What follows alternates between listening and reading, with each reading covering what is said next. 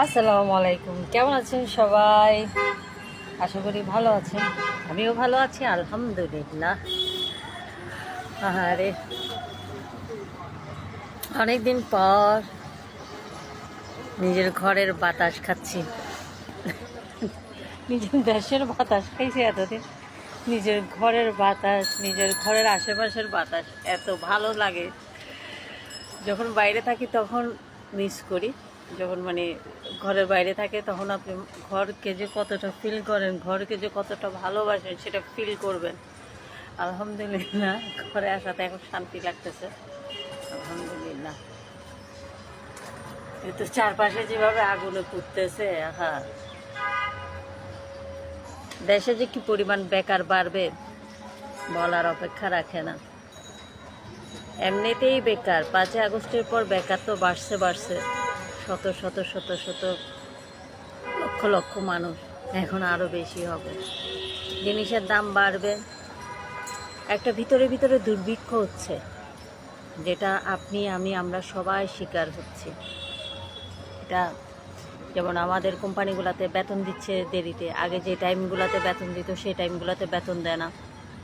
এখন হয়তো 1 মাসে বেতন দেয়, আরেক মাসে বেতন দিতে চায় না, যে তা না, দিবে কিন্তু দেরিতে দেয়। এরকম একটা দুর্ভিক্ষ চলতেছে প্রত্যেকটা সেক্টরে। আমাদের এখানে যখন কি বলে যে মানুষ নিয়োগ নেওয়া হবে বলে একটা পোস্ট দেওয়া হয়েছিল, বিশ্বাস করবেন না, আমার মনে হয় 40 থেকে 50 জন আসছে শুধু একটা অ্যাকাউন্টসের জন্য, আমাদের অ্যাকাউন্টসের জন্য।